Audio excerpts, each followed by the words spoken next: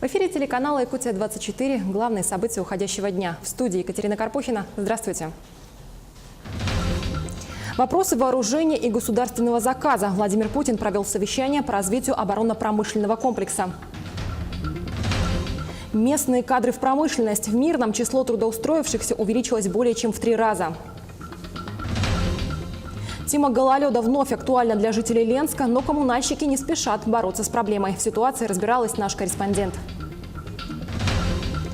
Авиапарк «Алроса» пополнится сразу 2 самолетами производства «Сухой Суперджет-100». Когда ждать первых рейсов? Как оказать первую медицинскую помощь? В Якутске прошла Всероссийская олимпиада по основам безопасности жизнедеятельности для школьников.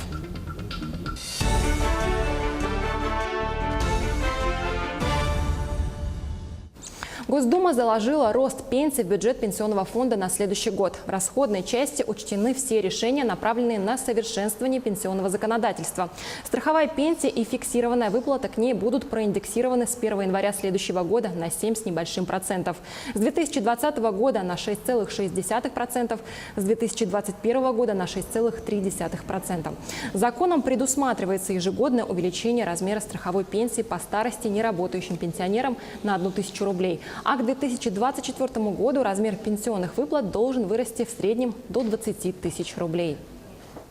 Президент России Владимир Путин продолжил серию совещаний по вопросам развития оборонно-промышленного комплекса. Вторая встреча цикла была посвящена вопросам реализации государственного оборонного заказа и программы вооружения. В текущем году по линии Минобороны на создание и серийное производство вооружений и военной техники выделено в общей сложности почти 1,5 триллиона рублей. В рамках гособоронзаказа в войско уже поставлено около 2000 образцов вооружения и военной техники. Как вы знаете, ключевые ориентиры этой работы обозначены в новой государственной программе вооружения. В соответствии с ней к 2021 году доля современного оружия и техники в армии и на флоте должна составить не менее 70%. Такое масштабное переоснащение войск позволит решать весь комплекс современных и перспективных задач, стоящих перед вооруженными силами Российской Федерации. И в первую очередь по сохранению стратегического паритета и надежной защите России от внешних угроз. На текущий год по линии Минобороны на создание и серийное производство вооружения и военной техники были выделены значительные ресурсы. В общей сложности почти 1,5 триллиона рублей. И сегодня мы проанализируем, насколько эффективно предприятия ОПК выполняют гособоронзаказ. Отмечу, что в целом установленные темпы переоснащения войск на современное оружие обеспечиваются. При этом особое внимание, как и раньше, уделяется разработке и постановке перспективных систем и комплексов, которым предстоит определять будущее наших вооруженных сил на годы вперед. Зарплаты преподавателей образовательных дошкольных учреждений в Якутии вырастут. Это стало возможно благодаря увеличению фонда оплаты труда для работников этой категории на 10%. Изменения связаны с решением правительства Якутии в рамках исполнения указа Владимира Путина о мероприятиях по реализации социальной политики.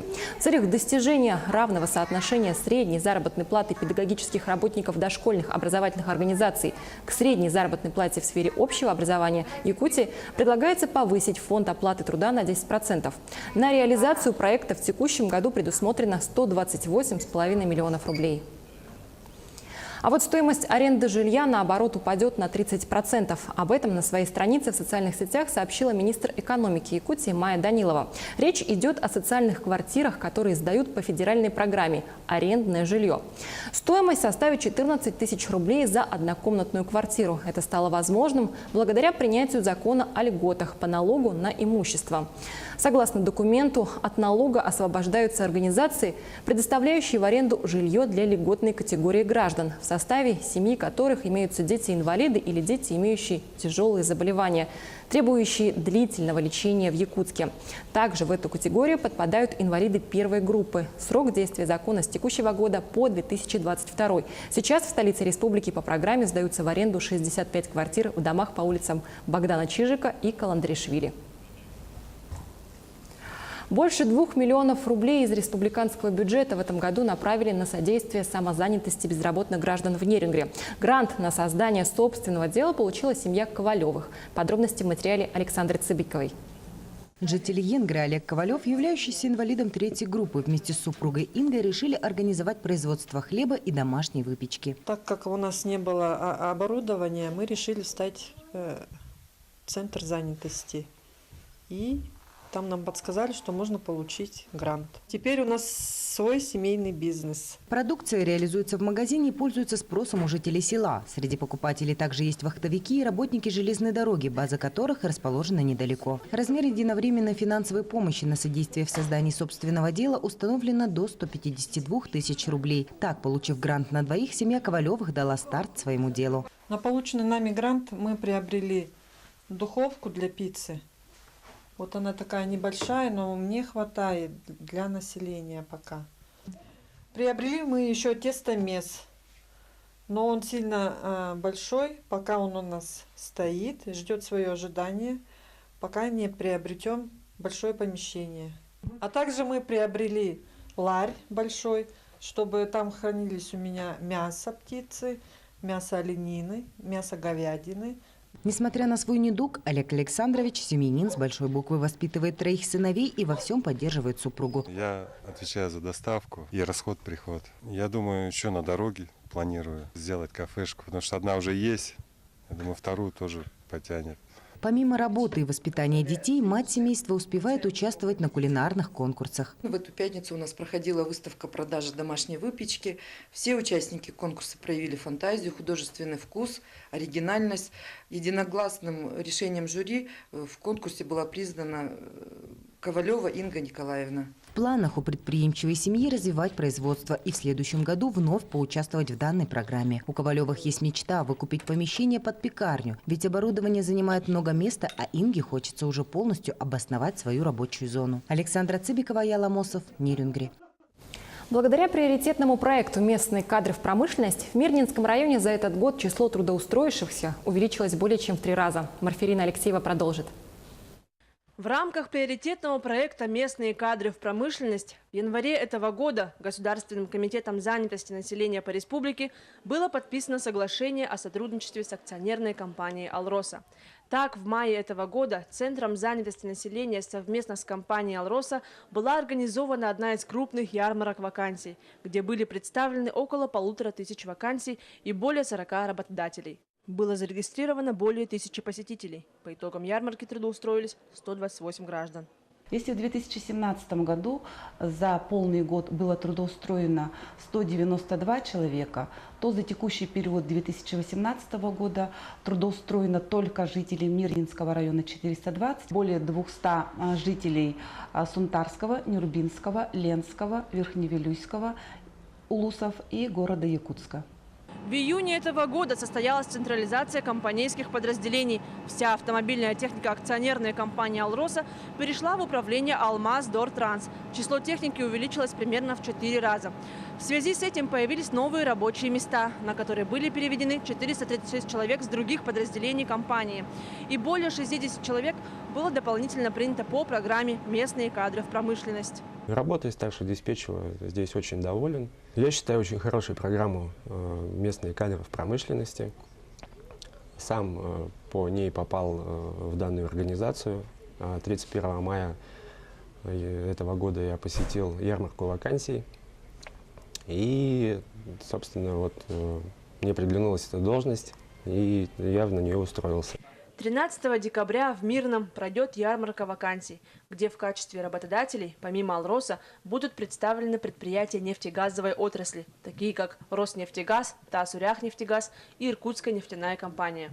Данная ярмарка будет отличаться тем, что в качестве соискателей работы помимо жителей Мирнинского района будут приглашены жители также близлежащих районов. Это Нюрбинский, Сунтарский, Ленский, Вилюйский, Верхневилюйский районы. Трудоустройство в промышленность не единственное направление, прописанное в соглашении. Данная программа предусматривает трудоустройство молодых специалистов. От Центра занятости было направлено 10 ребят. На данный момент они проходят стажировку в Удачнинском, Айхальском и Нюрбинском горно-обогатительных комбинатах. На сегодняшний день 4 из них завершили прохождение стажировки и пополнили ряды сотрудников компании «Алроса». Марферина Алексеева, Кирилл Шолохов, Мирный. Суп из пакетов и полимерный бутерброд. Такой комбо-обед, по мнению ученых, ожидает человечество в ближайшем будущем. Пластик уже принял масштабы эпидемии. Теперь он не только на свалках, но и в нашем организме. Расщепляясь, он попадает в продукты питания, затем и в кровь человека. Как убрать пластик из пищевой цепочки и что нужно сделать, чтобы избавить от него природу, расскажет Айсена Бурнашова. Здесь каждая коробка нужна для отдельного вида вторсырья. Таким образом должен выглядеть идеальный контейнер для раздельного сбора мусора. Помимо металла, стекла и бумаги, особое отношение в отделении Гринписа уделено пластику. Сразу 5 ящиков для разных видов. Здесь как нигде уверены, пластик стал настоящей эпидемией. Плавучие острова мусора, миллиарды отравленных животных, птиц и рыб. Медленно и смертельно опасно пластик вошел в цепочку питания. Его уже выявили в крови человека. Они уже возвращаются к нам и с водой, и с пищей, да, в том числе с рыбой, например, потому что пластик есть в океане, в том числе с питьевой водой, потому что тот пластик, который мы выкидываем на свалку, он же полностью не изолирован, все равно постепенно он распадается на маленькие кусочки, уходит в том числе в подземные воды, уходят в поверхностные воды и рано или поздно попадает в источники водоснабжения, а дальше в наш кран. Весь мир встал на борьбу с пластиком. В 40 странах мира уже запрещено его использование. Но понятие, что пластик наносит колоссальный вред, в России пока не утвердилось. Статистика гласит, каждый житель нашей страны выбрасывает около 65 килограммов пластика в год. Зачастую он просто попадает на свалку и лишь изредка сгорает в печах мусоросжигательных заводов. Во всяком случае, последствия для окружающей среды весьма плачевны. В земле полиэтилен разлагается сотни лет, а при горении выделяет опасный углекислый газ. Шокирующее открытие. Пластик не только загрязняет планету, но и способствует глобальному потеплению. Выход из этого экологического тупика есть – полный отказ от пластика. В качестве альтернативы – раздельный сбор отходов и их дальнейшая переработка. Вы как-то разделяете мусор, делите пластик? Нет, потому что я не знаю, как это делать. А времени на то, чтобы разыскать информацию, как и куда везти, у меня лень. Я их не сдаю, потому что у нас негде сдавать. Где я живу в Шушарах, у нас нету. Но я всегда ставлю отдельно пакет с банками, с бутылками и отдельно мусор. По всей видимости, обществу необходимы мощные стимулы. А ведь в идеале за чистоту на планете вместе с инициативными гражданами должно бороться и государство. Сейчас в каждом субъекте есть такой документ, который называется «Территориальная схема обращения с отходами». Это документ, из которого как раз должно следовать, каким образом мусор собирается, вывозится, куда он перерабатывается или идет на свалку и так далее. За его подготовку отвечают региональные власти. Острая необходимость приводит научное сообщество разрабатывать новые технологии борьбы с пластиком. В своем исследовании якутянка Ирина Корякина использовала наночастицы оксида цинка, которые, обволакивая полимер, буквально расщепляют его с помощью ультрафиолетового излучения.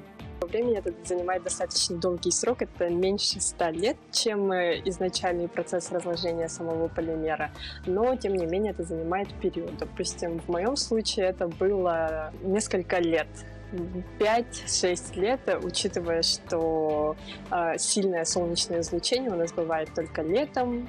Бороться нужно не со следствием, а с причиной. Москвичи уже отказались от пластиковых пакетов. За продуктами там стараются ходить с авоськой. В Бурятии на Байкал не пускают туристов с пластиковой посудой. Ее частицы уже нашли в рыбе. Пример стоит брать с Республики Мордовия. По данным Гринписа, они занимают лидирующее место в стране по переработке пластика. Если не остановить пластиковую эпидемию сегодня, уже завтра она окажется на вашем столе, а потом и в организме.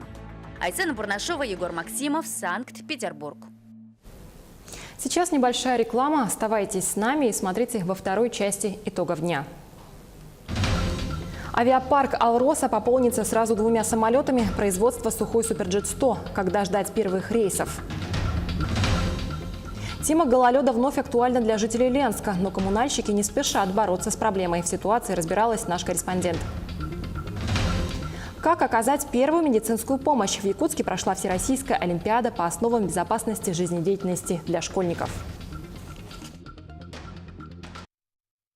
Телеканал «Якутия-24» продолжает следить за развитием событий. Мы продолжаем наш эфир.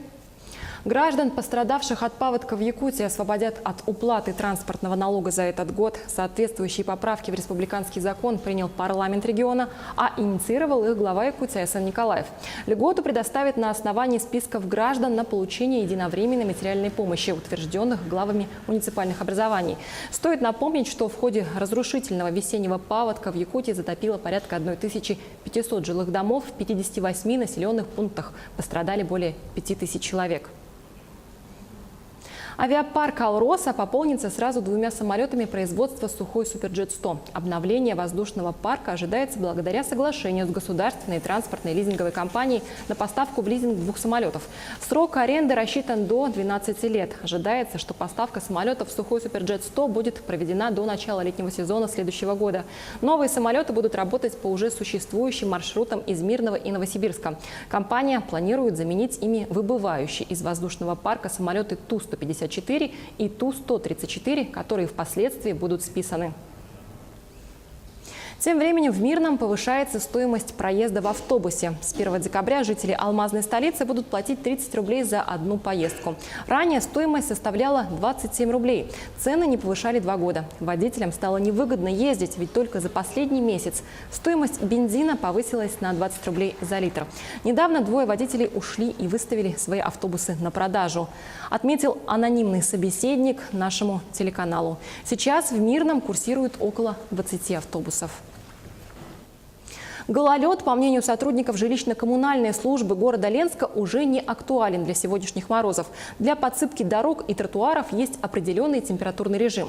Но мнение ленчан идет совершенно вразрез с коммунальщиками. Да и данные обращений с травмами в Ленскую центральную районную больницу говорят об обратном. Гололед есть. Анна Кожевникова проверила, скользко ли передвигаться по улицам Ленска. Дороги в Ленске чистят, и за этим тщательно следит мэрия. Последние годы таких жалоб, как раньше, о переметенных улицах от ленчан не поступает. Но вот гололед даже в морозные ноябрьские дни остается актуальной проблемой для горожан. Нигде не посыпают, нигде не пройти, особенно бабулькам и с детьми, когда ходят, очень скользко. Пусть посыпают. Каландарашвили, вот это вот, где круг, и там вот с коляской, когда идешь, даже вот с санками, постоянно вот так вот горб. И постоянно уезжаем на дорогу, а там практически даже машины задевают об пуховик. Очень скользко, особенно вот на этой плитке. Нога соскальзывает, старая, страшно уже. Хотя, по мнению коммунальщиков, скользкая поверхность формируется в период, когда температура на улице падает ниже отметки 0 в пределах до 20 градусов. В зимний период эта работа не выполняется, она выполняется в весенние и осенние периоды, период гололедицы. То есть это когда температуры не от 0 до 20 градусов, ниже 0. Именно в этот период образовывается скользкая поверхность. Подсыпка ведется ежедневно, то есть, это, как правило, октябрь месяц. Пожилые люди и дети в первую очередь попадают в группу риска получить травму при падении. Среди пожилых самое опасное и часто встречающееся – перелом шейки бедра. Получив такую травму, требуется операция по замене сустава. В целях профилактики травмоопасности в зимний период сотрудники больницы выходят в школы с лекциями для учеников и их родителей, приводя суровые цифры статистики.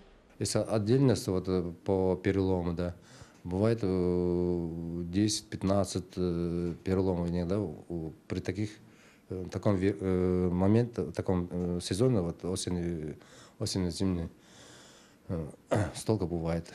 И это переломы, а ушибы, вывихи и сотрясения головного мозга – более распространенные травмы. Таких обращений бывает 20-30 в неделю.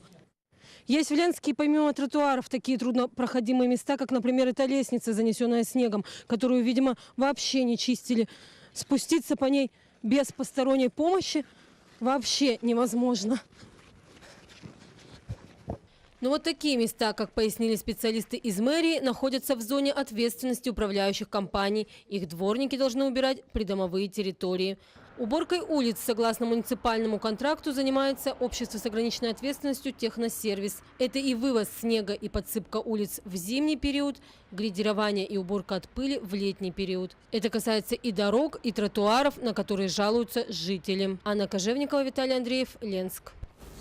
Но часто гололед становится причиной дорожно-транспортных происшествий. В майском указе этого года президент России поставлена четкая цель национального масштаба – снизить смертность в результате ДТП в 3,5 раза.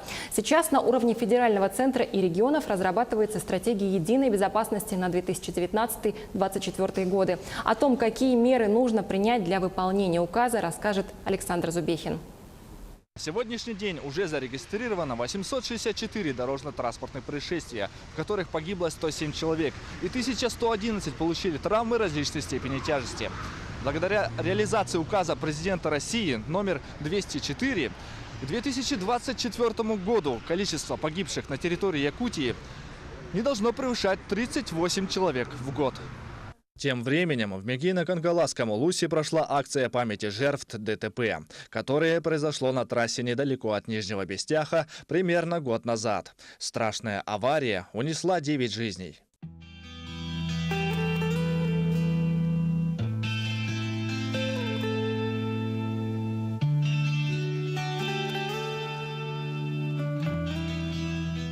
Уже до конца этого года будут внесены изменения в соответствующие нормативные документы, в том числе федеральные законы, регламентирующие то или иное направление деятельности. Работа по безопасности на дорогах начнется уже со следующего года, а план разработан до 2024-го.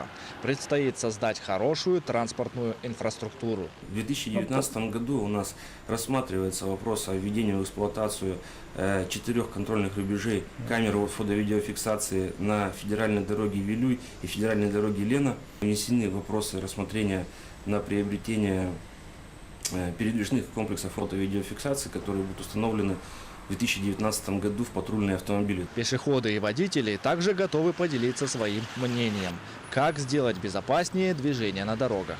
Медленно ехать надо. Тротуары не оборудованы, и пешеходы часто ходят прямо по дороге.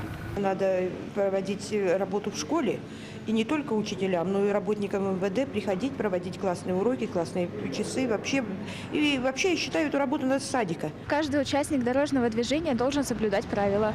Александр Зубехин, Владимир Павлов, Григорий Хлопков, Якутск. Как оказать первую медицинскую помощь, должен знать каждый ученик. На базе 26-й школы прошла ежегодная Всероссийская олимпиада по основам ОБЖ. Ее цель – пропаганда и развитие, а также повышение интереса к основам безопасности жизнедеятельности среди обучающихся. Подробнее в материале Анастасии Даниловой. Участники должны успешно пройти 5 станций. Первая медицинская помощь, тушение пожара, сигналы земля-воздух, сборка автомата Калашникова и ориентирование. Все очень понравилось. Научились вязать узлы, тушить пожары разной тяжести, показывать воздушно-наземные указания, что нужно и как делать. Потом научились ориентироваться в местности, ну и что-то по медицине показали. Все очень понравилось. Ну и будем приходить еще и совершенствоваться, тренироваться, участвовать. В Олимпиаде по ОБЖ участие принимают ученики с 7 по 11 класс. По 2 человека с параллели, представлено 31 школа Якутска. Этот показатель намного выше, чем в предыдущие годы. Если в 2015 году у нас было 9 школ-участниц по предмету ОБЖ Олимпиада, то в этом году у нас уже 31 школа принимает участие. Это говорит о том, что в городе усилилась работа в этом направлении. Олимпиада проходит в 2 этапа – теория и практика. Первый этап в формате теста, никаких тетрадей, учебников и сотовых телефонов с собой. Второй этап – проверка знаний в столкновении с реальными ситуациями. Полдня посидел, послушал ребят. И отрадно то, что большая половина детей уже знают, как оказывать первую помощь. Главная задача сейчас стоит в том, чтобы научить детей не теряться в трудных моментах. По итогам Олимпиады победителей награждают грамотами и памятными призами. Организаторы с гордостью отмечают, что результаты у школьников с каждым годом становятся лучше. Анастасия Данилова, Георгий Григорьев, Якутск.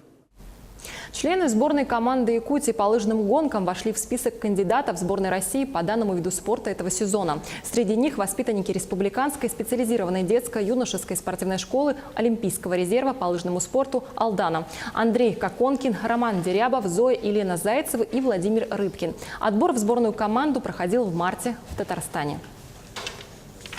Новую корону с 23 бриллиантами вручат первой красавице Якутии. Наш телеканал получил эксклюзивные кадры изготовления главного украшения будущей мисс Якутия. Серебряную корону весом около 2 килограммов украсят 23 якутских бриллианта и 2 крупных камня – топаз и аметист. Эксклюзивный головной убор в высоту достигает 14 сантиметров.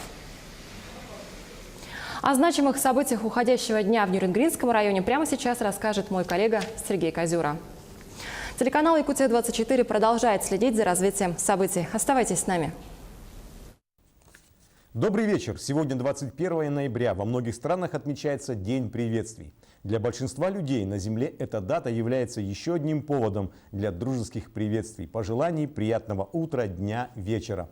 Само по себе приветствие не несет информации, но обладает огромной силой. Люди самых разных национальностей, возрастов, профессий и религий с удовольствием отправляют друг другу приветствия и смайлики. У каждой страны, народа есть свои особенности в вопросе приветствия. Всемирный день приветствий вполне может оказаться поводом начать знакомство с культурой разных национальностей. В Нерюнгри проживает в дружбе и мире более 100 национальностей, которые рассказали особенности своих приветствий. Поскольку мы народ кочевой, когда Кош приезжал, и приветствовали «Кош килдиңиздер», «Кушкиндер».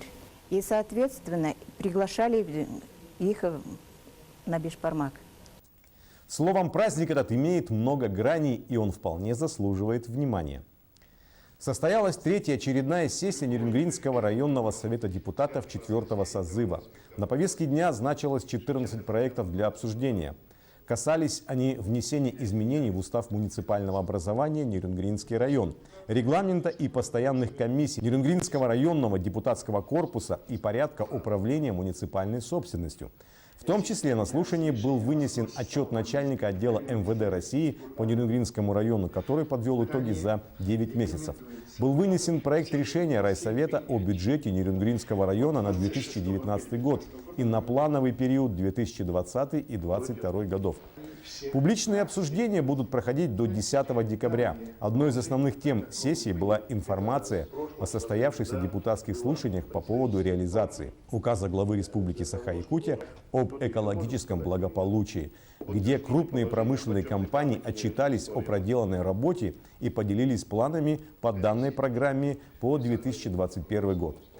Обратиться в правительство Республики Саха-Якутия по вопросу включения плана мероприятий для достижения приоритетных целей обеспечения экологического благополучия Республики Саха-Якутия, проведение комплексного научного исследования состояния поселка Чулман, Нюрнбергского района и здоровья населения, проживающего на данной территории, а также предусмотреть строительство и реконструкцию канализационно-очистных сооружений в поселке Беркакет и поселок Золотинка Нюрнбергского района.